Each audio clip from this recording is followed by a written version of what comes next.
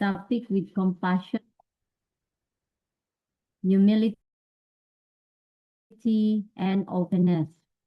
So in this subject or this topic, this module, we are not here to judge, to fix, or assume. In every module, we are always reminded that we are not to fix or to assume. Okay? And always with compassion, humility, and openness. Understand, we have to listen and learn how to respond appropriately.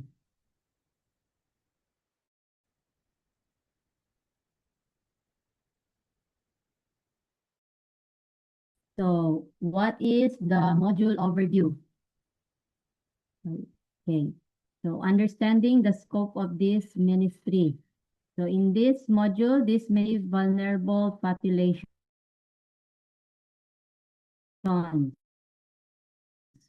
risk factors include poverty and active abuse, neglect and exploitation increase vulnerability. Families instability creates layers of marginalization. Chaplains serve in communities and shelters. We also serve in hospitals, schools, and disaster zones. So each setting demands sensitivity and awareness. So as we proceed to the lesson proper, we are being prepared not just to understand, but to respond in a way that protects, support, and uplifts those who are most vulnerable, especially women and children at risk.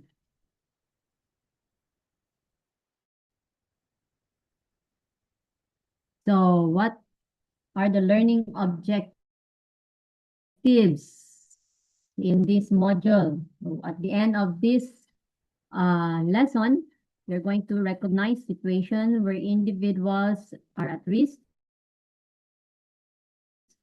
identify emotional and spiritual challenges faced by vulnerable groups, apply trauma-sensitive pastoral care responses effectively, demonstrate ethical care and respectful communication, understand the importance of safety and referral, provide compassionate support within clear boundaries, and examine real case scenarios with sensitivity and wisdom. So these are the learning objectives, and this reminds us that this session is not only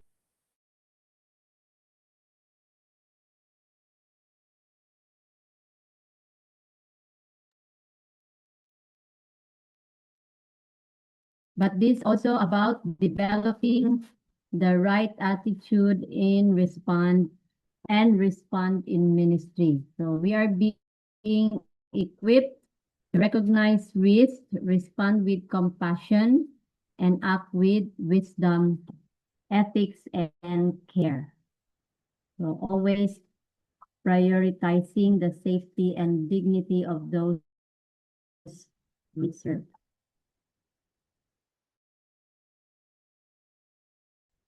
So before we start, I have some reflection here for all of us.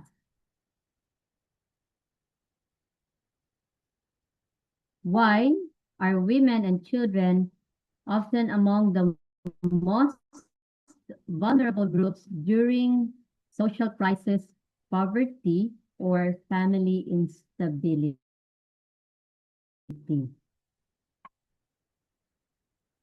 So this is a short reflection question. And if anyone would like to share, you can just open your microphone. Maybe we will hear from one or two who wants to share. Why are women and children often among the most vulnerable groups during social crisis, poverty, or family instability? Why do you think, fellow classmates?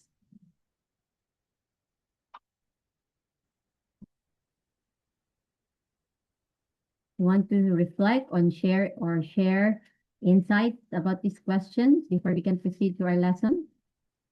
Anyone?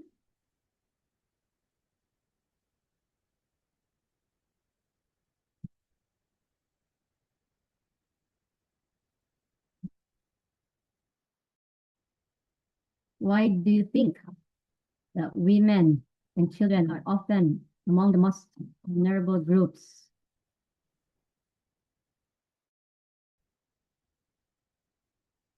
If none, okay. So in here, this highlight that vulnerability is often shaped by social, economic, and relational factors.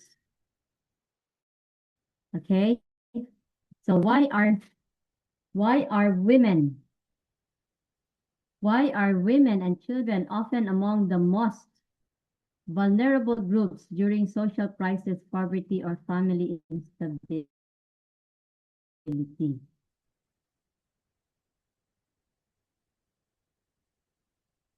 So we can see here, vulnerability sometimes arises not from weakness, but yes. Morning, Sir morning, Brighton, ma'am. you want to share? Sure, ma'am. I Okay, think go ahead. they are in that group because they are mostly they are not empowered to defend themselves, and also they are not empowered financially in most cases, and so they are prone to being vulnerable to in most cases. Thank you. Yeah. Thank you so much, Sir Brighton, for your insights. That's right. No? So it says here, chaplains are often called to serve in situations where women and children are most vulnerable. Okay? So because vulnerability arises not from weakness, right? But from unequal access, like Sir Brighton explained, to resources, protection, and power. So factors that become more severe during times of crisis. So our next lesson, we are going to understand the risk and vulnerability. So in here, we will look at how, especially in a situation that place women and children at risk. So as a chaplain, it is important not only to see what is visible, but also to become aware of hidden realities that people may not openly express. So there are several common situations where women and children may be at risk. So we have here domestic violence and unsafe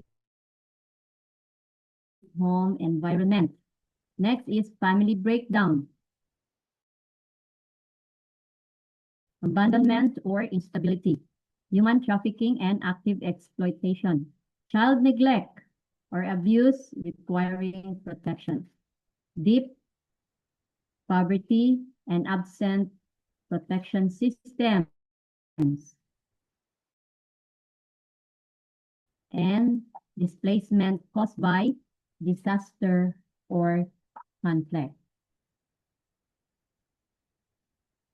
So risk is not always obvious, right? I know you will agree with me. This is why chaplains must develop sensitivity, discernment, and careful listening so that we can recognize when someone may be at risk, even when it is not clearly visible.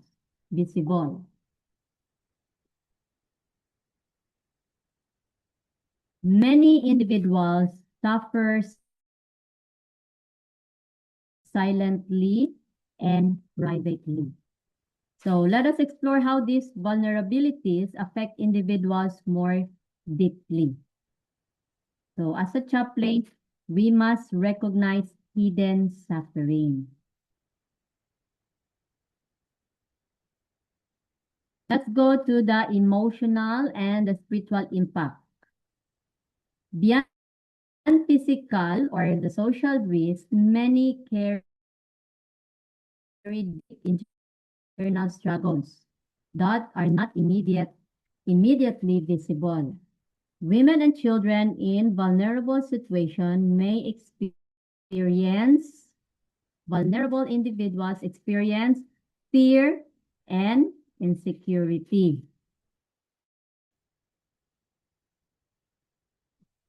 Severe trauma and heavy emotional distress occur in this struggle. A deep loss of trust frequently develops.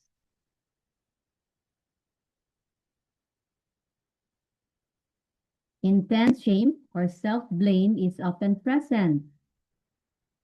Spiritual confusion or questioning naturally arises, and chaplaincy must respond with genuine compassion, patience, and deep sensitivity are always required in this kind of struggles and distress.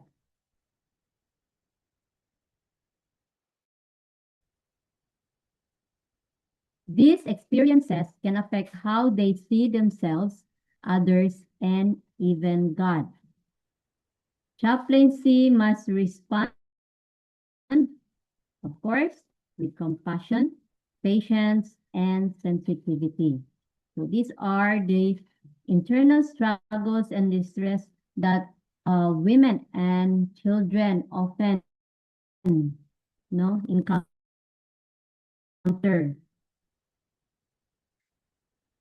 Because of this, chaplaincy, our role as a chaplain is not to judge or rush, but to create a safe space where healing can begin, even in small ways. So let us move now to how we can respond appropriately as chaplains when in terms of trauma, sensitive chaplaincy, and trauma and sensitive care. As chaplains, how we respond is just as important as what we say. So our approach can either support healing or unintentionally cause further harm. So what are we going to do? What are the key principles? Of course, the first one we have here is listen actively. Never interrogate or pressure. Withhold all blame and personal judgment. Respect individual emotional boundaries always. And then offer a calm and reassuring presence. It's very important. Never force sharing of traumatic experiences. So sometimes you want to listen from them, how they, what happened, what are the experience. So never force them. If they want to share, then we are there to listen. But if they are not ready to share, and then never force them. Prevent unhealthy or dependent relationship. So these principles help create an environment where individuals feel safe, heard, and respected. We should never force individuals to share trauma experiences. Okay, always remember this. Healing does not come through pressure, but through trust and safety. So safety and trust must come first. As chaplain, our priority is to protect, to be present in a way that allows the person to open up at their own pace. Let us now continue to the next one. What are some ethical care support that we can give?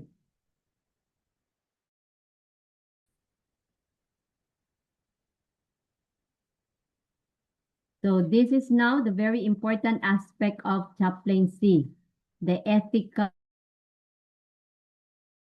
responsibilities in this role. Navigating boundaries in sensitive situations. So the first one is be aware of the limits of confidentiality. Next one, personal safety must always remain a priority. Refer appropriately to professional support services. Connect individuals to protection and care system. And then never attempt to investigate suspected abuse. Do not act in the role of law enforcement. And provide care while actively linking to resources. So these are essential to ensure that both the individual and the chaplain are protected. Okay? So we should know our boundary as a chaplain because it helps us protect not only us as a chaplain as well as the individual, or affected by this kind of situation. Our role only is to provide emotional and the spiritual support while helping connect individuals to the right services and professionals who are trained to handle such situations. So in here, we can learn that care is both compassionate and responsible.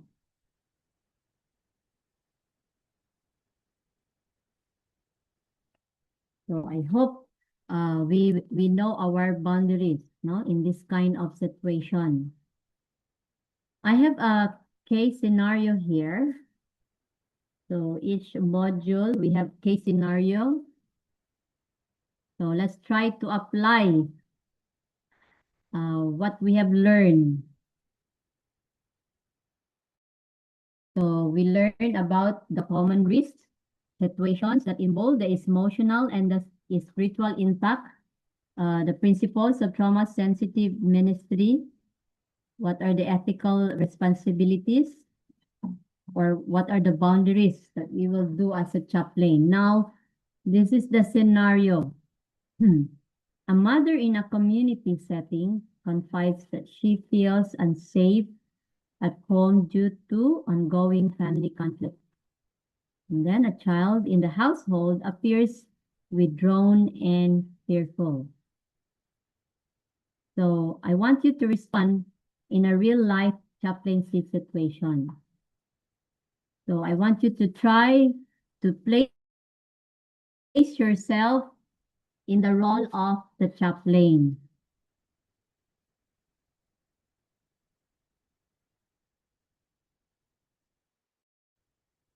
So in this, we have a question that will help you to answer this kind of situation. Okay, so the scenario is there. I still have the copy. Still have the scenario over here. That is the same. Okay, so we have here the warning signs. What visible and behavior cues indicate the mother and child may be in danger, and what should the chaplain observe without interrogating? How about the ethical boundaries? What lines must the chaplain never cross? And how do we balance care with our responsibility to refer and protect? And how about the trauma sensitive response? So how do we protect dignity during this interaction? And how do we encourage access to help without commanding or controlling the mother or the child, the mother and the child? Okay, so these are the questions that will help you or guide you in answering or approaching in this kind of situation, the scenario. Just feel that it's real. Okay, any volunteers?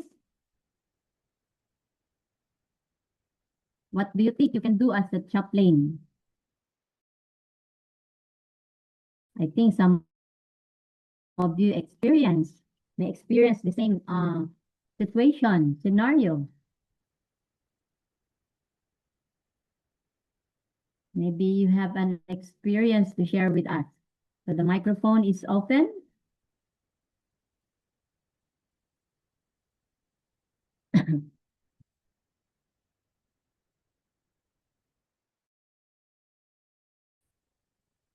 Any volunteers?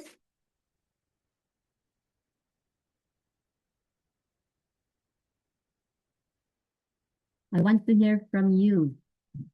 I will give you 1 minute. Maybe you are still thinking and reading the scenario.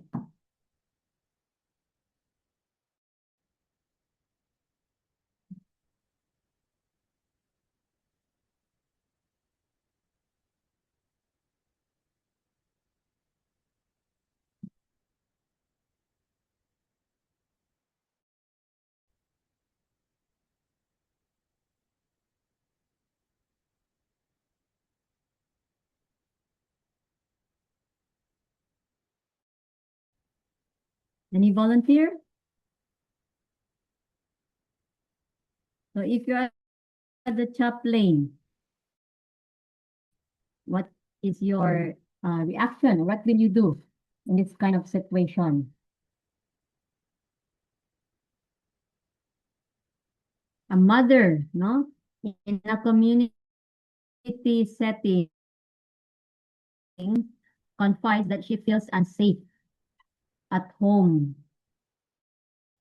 So maybe this mother approach you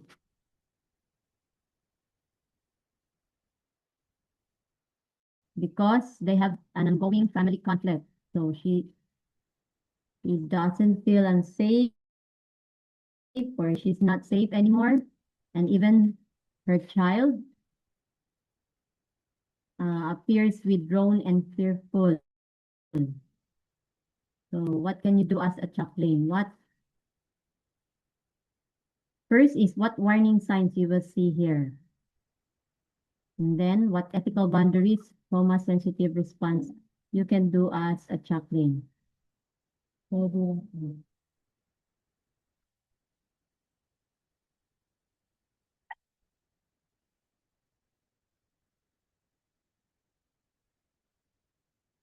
Anyone wants to share or wala?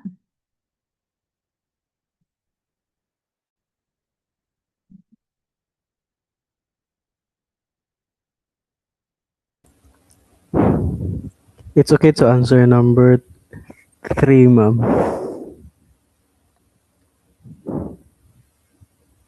Okay, go ahead, Sir Roger. The mic is yours. Okay, trauma sensitive response. So the question is how to, how do we protect dignity during this interaction?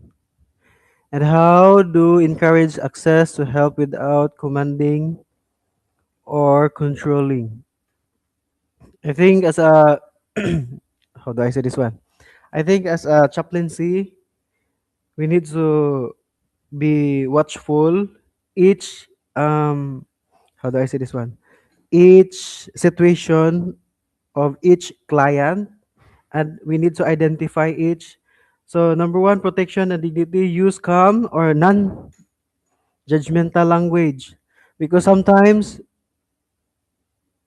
dili gyud malikayan, but we are quiet sometimes, but we are di man gyud na malikayan. So, use calm or non-judgmental language for that woman of the same scenario, and then validate feeling without labeling, diagnosing. And the offer, choose whatever possible restore agency, like for example, referring to any agency. Because as a chaplaincy, we are not, how do I say this one? We are not uh, psychology. So we need to refer to other agency. And then offer choices, if possible, of the client, and ask permission before sharing the sources. And yeah, according to the our topic, don't force to the client. I think only that one, ma'am.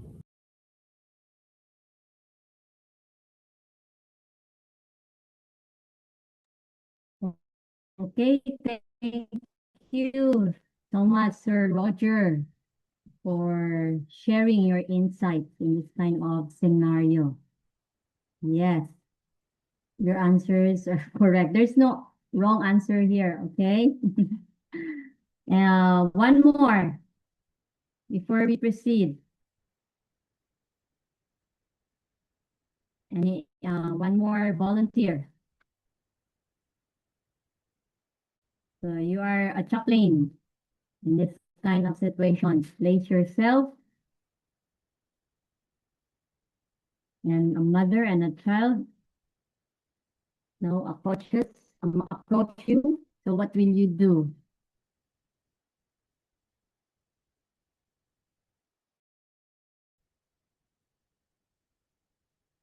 Wala na ba? So we can proceed. Hi, Mom. Good afternoon. Yes, Sir Solomon. Go ahead, sir. Yes, Mom. I'd like to answer ethical boundaries. Question number 2. The question is, what lines must the chaplain never cross?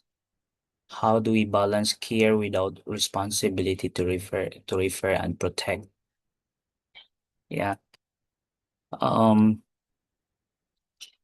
In ethical boundaries, in my own idea, as a chaplain, we never cross or we never go beyond the boundaries, or we always maintain our confidentiality in this scenario, in this uh, situation.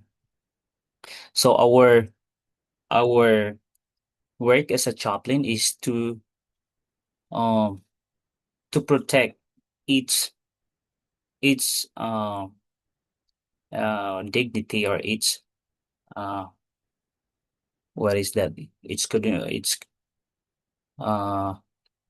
each of us, so that there will be no um no casualties, or there will be no damages of emotions.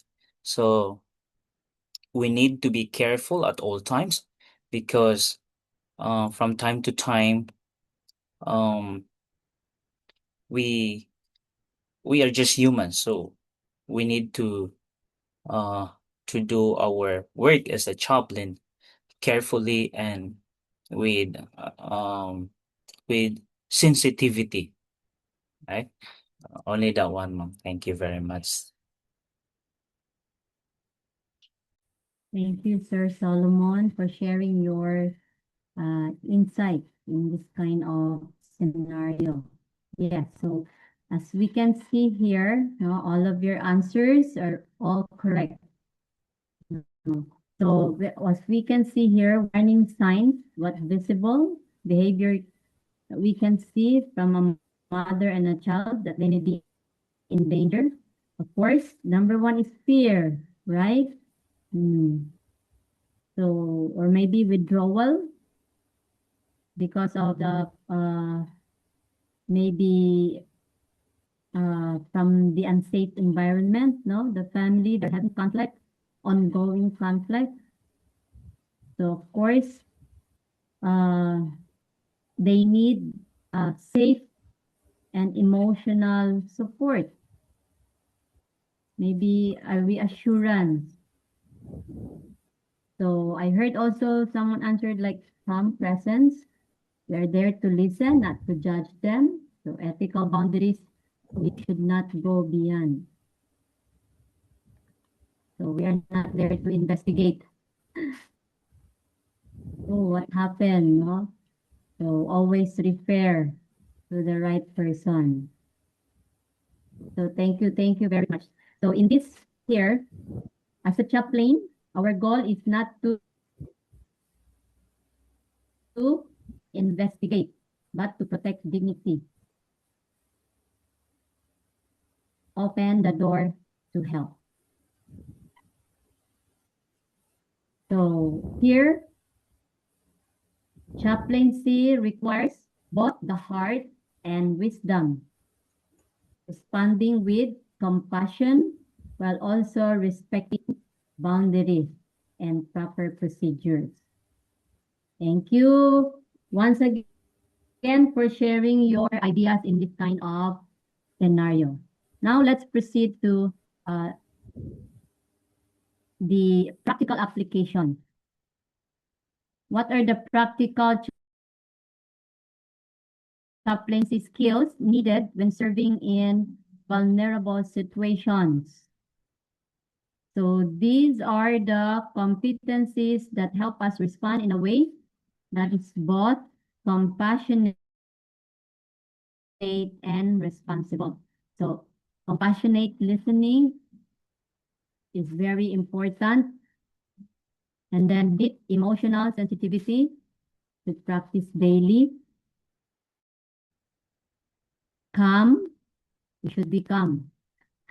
Non-threatening communication always. Constant awareness of safety concerns. And then deep knowledge of referral resources. Supportive presence. I said never controlling. And then encouraging access to help, not commanding. So these skills allow chaplains to become safe and trusted presence are important. So skills that transform presence into protection. So, because they need, no? They need this kind of what's this? Approach. That they are being protected. We are not there to take over decisions, but to walk alongside individuals. Just listen, just be there. Our goal is to protect their dignity while gently encouraging them to seek the help and support they need. So that's why I said, you heard the answer from our fellow classmates that if we cannot do it, we can refer to who are expert on this kind of situation. So I want you to share our ideas before we will end our module. We have 3 discussion questions here. So maybe I can have 2 or 3. So depending on our time, I think we have 8 minutes left. I'm right. So these questions here, 3 questions, I will give you time to read These questions is meant to help us reflect, analyze, and apply what we have learned. So as we respond to this kind of question, I want you to share your insights. So as what I said, there are no wrong answer here or no perfect answers here. What is important here is your thoughtful reflection, your answer, your insight, your ideas. Might indicate hidden suffering or abuse. A bit difficult. So, because sometimes in the first presentation, I said there are hidden suffering. They are not visible. So, what are the signs that might indicate hidden suffering or abuse that we can see in a women or in children? And then how can chaplains listen without causing further harm? And why are ethical boundaries essential in this situation? Remember that this module is ministry to women and children at risk. So maybe in the future, we will encounter such kind of situation. So the microphone is open. Go ahead. Yes, ma'am. Number one, you can see some change of behavior, or some kind of withdrawal in character and mood. So that can help you notice that there is something happening to this person. Thank you.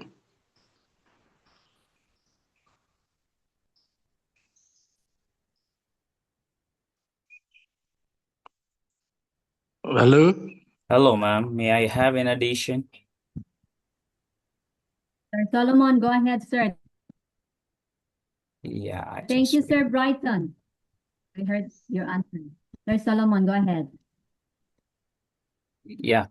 I'd like to add question number one. What signs might indicate hidden suffering or abuse?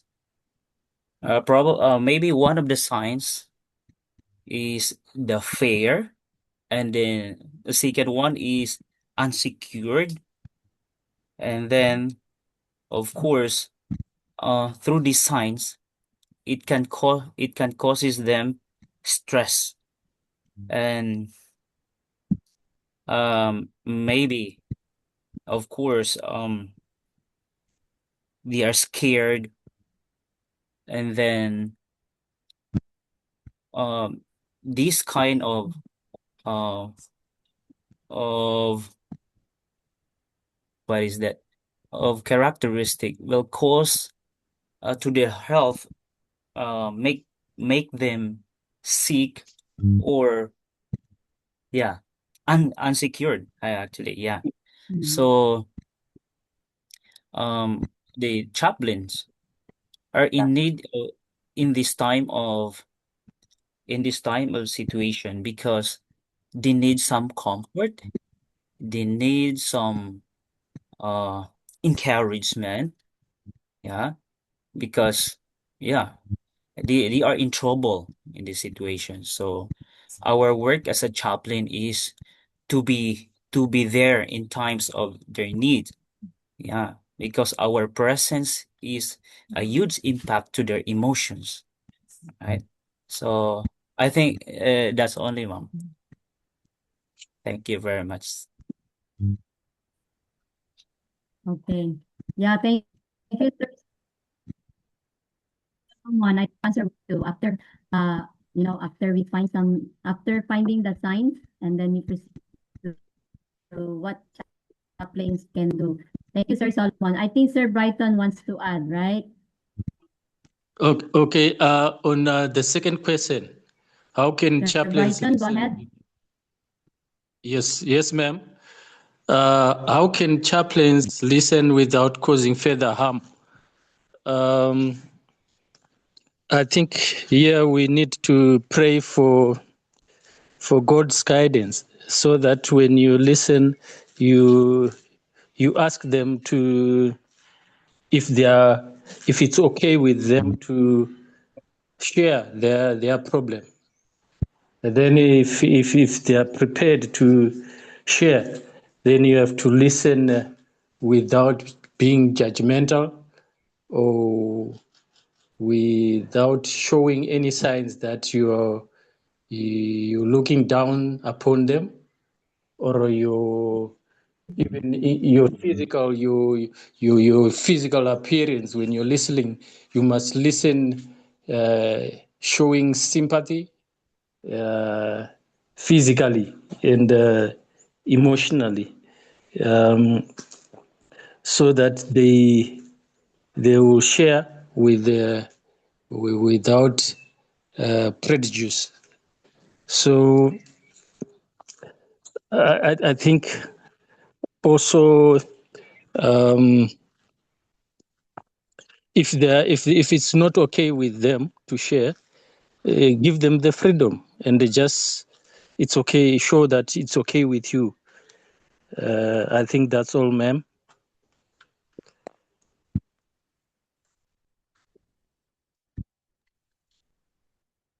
Hi, ma'am. Okay, thank you, Sir Brighton. So you heard from, yes, who's, Ma'am Hello, ma'am. Filipina. Go ahead po, Ma'am. Sorry, I'm late. Thank you, Sir For me, Brighton. ma'am, I would like to answer the number 3. Why are ethical boundaries essential in this situation? I think we should be careful to say any harm word for them because of their emotions, because they are on the stage of whatever it is, sufferings or problems, or any kind of problem they are facing. I think the most important thing to tell them is just um, uh, tell them that only God can answer, can solve, and can solve the problem by praying, by asking help to God, because He is only the one who can answer all the situation and who can give a solution for any kind of problem they are facing or they are experiencing. Thank you, ma'am. Thank you, Ma'am Filipina. Okay. Thank you for your participation, Sir Solomon Brighton, Ma'am Filipina, for in this discussion questions. So we can see here that all your responses show that chaplaincy requires both awareness and discernment, right? So you heard from them the answer. So always remember, so if we see signs, if we can see that one in a person, so we know already that she is suffering. To listen calmly, we will not pressure, okay, and we will not judge. And then why why ethical boundaries is essential? Because the word trust. So I can trust you, and they feel safe with you. So thank you very much for everyone who participated in our discussion. Sir Roger, Sir Solomon, Sir Brighton, and Ma'am Filipina, we will now proceed to our key insight. So what did we learn in summary in our module 9? Yeah. So sensitive care first. Always remember that sensitive care first, because women and children at risk require trauma-aware, dignity-centered responses. And next is listen to build trust. So that is very important. Trauma sensitive listening creates the safety needed for healing to begin. And then boundaries protect everyone. Chaplains must maintain clear boundaries, always without exception,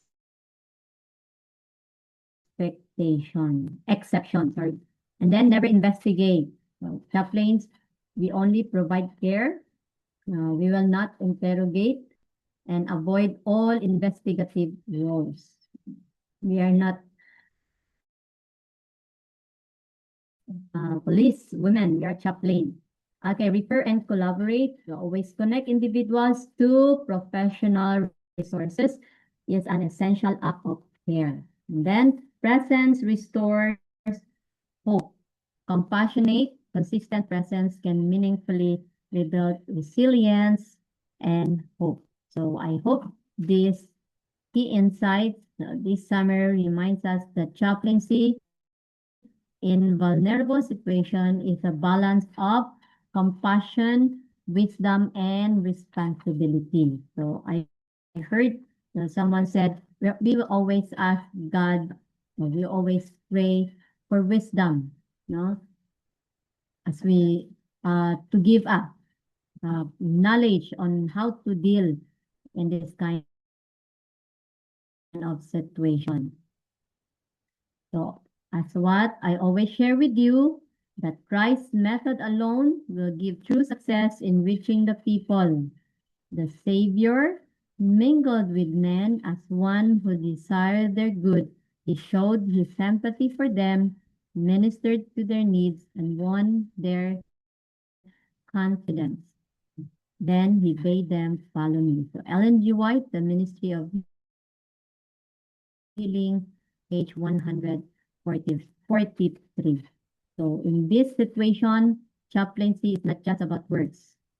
So it is about safe present compassion and building trust with those who may be hurting or afraid, especially women and children at risk. So that's all about Module 9, Ministry to Women and Children at Risk. So our next module will be Module 10. It's about chaplaincy and aging. So here we will examine chaplaincy ministry among the elderly. So focusing on human dignity in later life, the reality of loneliness and loss, and compassionate presence for the elderly. So that's all for today. I would like to thank everyone for participating, for sharing your insights, your ideas. Thank you so much. So we will end. I hope you learned something from our lesson, our module 9 this afternoon. So let's close this class with a prayer. Dear God, thank you for the time that we spend learning today. Thank you for the ideas shared and the lessons that we received. Help us to remember what we learned and apply it in our daily lives, especially in ministry to children, women, and children at risk. Keep us safe always with the guidance of the Holy Spirit. All these things we ask in the precious name of Jesus, I pray. Amen. Thank you very much, everyone, for today. Sawadika. See you again. Thank you, Thank you very much also, I ma'am. would Good. Thank you, ma'am. Thank you very much. I'll see you later because I need to proceed with my module 10. So thank you, everyone.